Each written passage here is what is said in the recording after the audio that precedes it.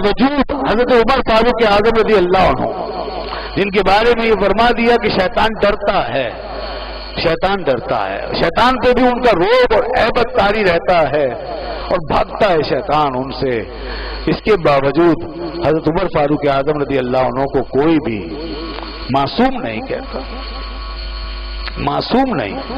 کوئی صحابی معصوم نہیں، صحابہ شیطان کو پکڑ لیں، باندھ دیں، قبضے میں لے لیں، لیکن معصوم نہیں، معصوم ہم نہیں مانتے۔ معصوم صرف انبیاء ہوتے ہیں، معصوم صرف ملائکہ ہوتے ہیں، فرشتے۔ معصوم ہونے کا جو مقام ہے وہ انبیاء کا ہے اور فرشتوں کا ہے۔ ہاں یہ اصحاب ان کا مقام محفوظ، یہ محفوظ ہوتے ہیں۔ معصوم اور محفوظ میں فرق ہے۔ معصوم وہ جو براہ راست اللہ کی اس طرح حفاظت میں ہے کہ خدا اس کو بچاتا ہے، وہ خود اپنے آپ کو بچائے یا نہ بچائے، خدا اس کو بچائے، شیطان اس کا کچھ نہیں بگاڑ سکتا۔ جو معصوم ہے شیطان یا شیطان کا کوئی کھیل اس کا کچھ نہیں بگاڑ سکتا، وہ اللہ کی خاص حفاظت میں ہے۔ اور محفوظ وہ ہے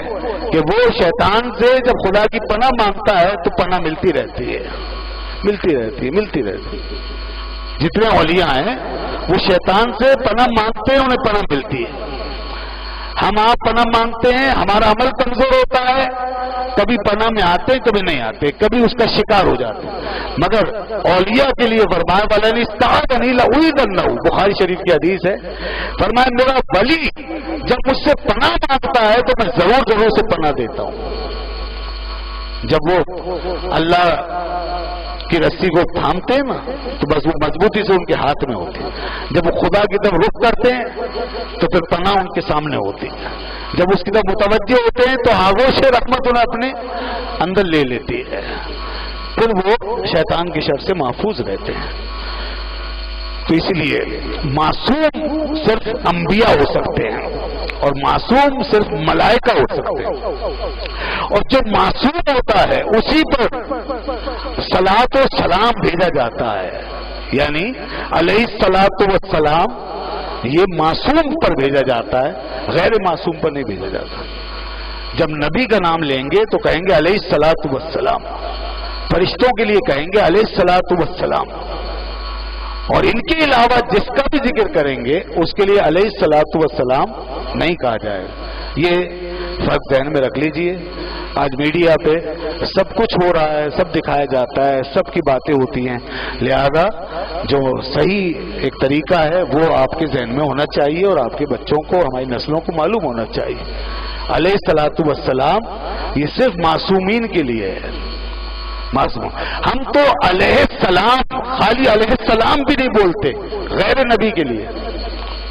ہم نہیں بولتے۔ حضرت ابو بکر علیہ السلام نہیں بولتے، حضرت عمر علیہ السلام نہیں بولتے۔ ہم بعض اہل بیت اطہار کے لیے، حضرت علی کے لیے، امام حسین کے لیے بعض لوگ علیہ السلام بول دیتے ہیں، اگرچہ مناسب نہیں ہے۔ بعض لوگ علیہ السلام بول دیتے ہیں،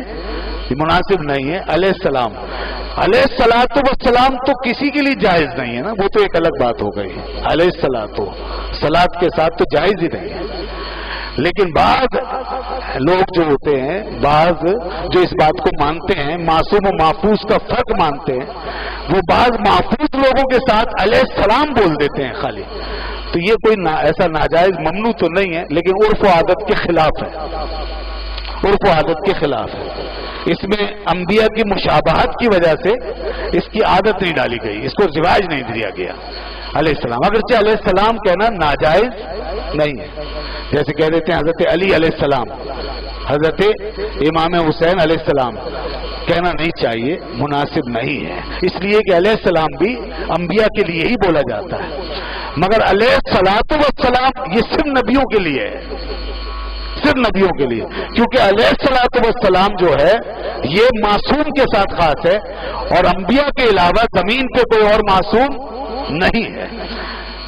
کوئی اور معصوم۔ جب حضرت عمر جیسی ہستی جن کے بارے میں یہ نصوص ہیں کہ شیطان سے اتنا دور ہے وہ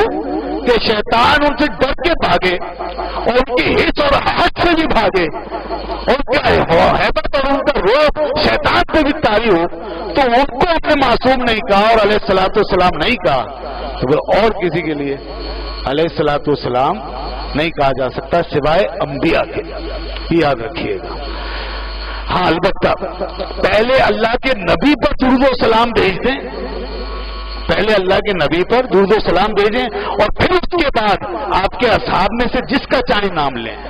بلکہ امت میں سے جو بھی اس کے قابل ہے اس کا نام لے کے اس پہ سلام اور صلات بھیجی جا سکتی ہے۔ حضور کی اتباع میں، نبی کی اتباع میں آپ پر درود بھیجنے کے بعد، تو یہ ہے وہ مسئلہ کہ درود جو ہے وہ صرف نبی کا حق ہے اور فرشتوں کا حق ہے، غیر نبی اور غیر فرشتوں کا حق درود نہیں ہے، ان پہ درود نہیں بھیجا جاتا، مگر اتباع میں بھیجا جا سکتا ہے، پیروی میں نبی کا ذکر کرنے کے بعد پھر بھیجا جا سکتا ہے۔ یہ مسئلہ تھا ضمناً میں نے بتا دیا۔ حضرت عمر فاروق اعظم رضی اللہ عنہ کا مقام تو کتنا بلند ہے، یہاں تک فرمایا اس ہستی کے بارے میں، اللہ کے رسول صلی اللہ علیہ وسلم فرمایا لو کانا بعدی نبی لکانا عمر بن الخطاب، اگر میرے بعد کوئی نبی ہوتا، اگر سلسلہ نبوت جاری ہوتا تو عمر بن الخطاب نبی ہوتے، اگر میرے بعد کوئی نبی ہوتا تو عمر بن الخطاب نبی ہوتا۔ یعنی ان میں جو کوالٹیز تھی، ان میں جو کیفیت تھی، ان کا جو مزاج تھا، وہ نبوت کے مزاج سے بہت زیادہ قریب تھا، ان کی خصوصیات جو ہیں وہ نبی کی خصوصیات کے بہت زیادہ قریب تھی، یہ ان کی شخصیت تھی، یہ ان کا مقام۔ اور میں نے شروع میں عرض کیا کہ ان کا حال اور معاملہ یہ تھا کہ وہ زمین پہ ایک بات کرتے تھے اور وہی ان کے مطابق نازل ہو جاتی تھی، کئی مقامات جیسے کہ آئے ہیں، اور ان کا معاملہ یہ تھا کہ رسول اللہ صلی اللہ علیہ وسلم فرمایا کہ وَلَقَدْ كَانَ فِيمَا قَبْلَكُم مِّنَ الْأُمَمِ مُحَدَّثُونَ، کہ تم سے پہلے جو امتیں ہوئی ہیں لوگوں، ان میں محدث ہوا کرتے تھے۔ محدث وہ ہوتے ہیں وہ لوگ جن پہ فرشتے جن کی زبان سے کلام کرتے ہیں،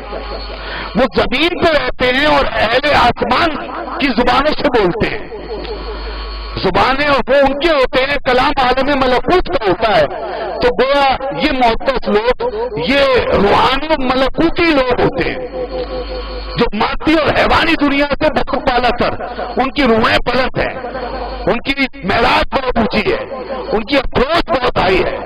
وہ عالم ملکوت سے میچ کرتے ہیں، فریکوینسی ملتی ہے ان کی روحانی، اس فریکوینسی کی بدولت عالم ملکوت کا کلام کی زبانوں پہ اتر جاتا ہے، اور یہ مقام اعلیٰ ترین سطح پر صرف انبیاء کا ہے، قطعی سطح پر صرف انبیاء کا ہے، مگر انبیاء کی اطاعت و اتباع کی طرف کچھ لوگ ایسے پیدا ہو جاتے ہیں کہ جن کی فریکوینسی عالم ملکوت سے جب ملتی ہے اور فرشتوں کی زبان سے وہ بات کرتے ہیں، تو میری امت میں اگر کوئی اس مقام کا حامل ہے تو عمر ہے، وہ عمر ہے۔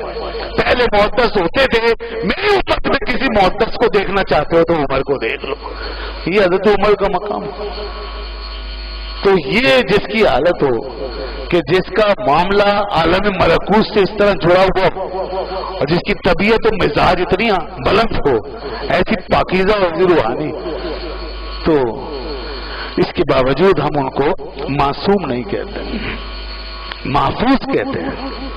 اور اس کے باوجود نہ کوئی ان کے بارے میں نبوت کا خیال کر سکتا ہے، نہ انہوں نے کبھی نعوذ باللہ اس کا تو تاثر دیا، نہ وہ دے سکتے تھے۔ اس سے پتہ چلا نبوت بھی اپنے اختتام کو پہنچ گئی اور معصومیت بھی اپنے اختتام کو پہنچ گئی۔ جس نے نبوت کا دروازہ کھولا ہوا ہے وہ بھی یہاں سے سمجھ لے، اور جس نے معصومیت کا دروازہ کھولا ہوا ہے وہ بھی سمجھ لے، یہ دونوں دروازے بند ہو چکے ہیں۔ اگر نبوت یا معصومیت کسی کو ملی ہوتی تو حضرت عمر سے زیادہ آج کون اہل ہو سکتا تھا؟ یہ تھے سیدنا عمر رضی اللہ عنہ، ان کے لیے کیا کیا نہیں فرمایا گیا، کتنی باتیں ہیں، میں انشاءاللہ آگے بھی عرض کروں گا۔ ایک حدیث اور سن لیجئے، رسول اللہ صلی اللہ علیہ وسلم فرمایا ان اللہ جعل الحق علی لسان عمر وقلبہ، لوگوں اللہ نے حق عمر کی زبان اس کے دل پہ قائم کر دیا، عمر کی زبان سے نکلے گا حق ہی نکلے گا، ان کے دل سے جو چیز پھوٹے گی وہ حق ہی ہوگی، ان کے دل اور ان کی زبان پہ اللہ نے حق کو قائم کر دیا ہے. تو حضرت عمر حق کا مذہب تھے اور ان کی رگ و پے میں حق کا جذبہ دوڑتا تھا. اسی لیے ایک موقع پہ رسول اللہ صلی اللہ علیہ وسلم فرمایا ان اللہ سماک فاروق، اللہ نے عمر تمہارا نام فاروق رکھ دیا ہے. یفرق اللہ بین الحق والباطل، اللہ تمہارے ذریعے سے حق اور باطل کے درمیان فرق کرتا رہے گا، ان کے ذریعے سے فرق ہوتا رہے گا. آج بھی یہ وہ ہستیاں ہیں کہ ان کا نام، ان کی تعلیم اور ان کی زندگیاں حق و باطل کے درمیان واضح فرق ہے. جو ان کو مانتا ہے وہی اہل حق ہے اور جو ان کو نہیں مانتا وہ اہل حق نہیں ہو سکتا. ایک دفعہ حضرت ابوبکر صدیق سے کہنے لگے یا خیر الناس، اے لوگوں میں سب سے بہتر شخص. حضرت ابوبکر صدیق، اس میں کوئی شک نہیں کہ ان کا مقام حضرت عمر سے بھی بلند ہے، تو وہی اسی کا اظہار کیا. مگر ساتھ میں حضرت ابوبکر صدیق رضی اللہ عنہ نے بطور عاجزی کے فوراً بات کا رخ بدلا، ڈائیورٹ کیا اپنی طرف سے عمر، اور ان کے بارے میں ایک سچائی بیان کی. اور اے عمر، تمہارے بارے میں بتاؤں کہ اللہ کے رسول نے کیا بیان فرمایا تھا؟ اللہ کے رسول نے فرمایا تھا کہ سورج جب بھی طلوع کرتا ہے حضرت عمر سے بہتر آدمی پر طلوع نہیں کرتا. تم زمین پہ بہترین آدمی ہو. وآخر دعوانا الحمدللہ رب العالمین.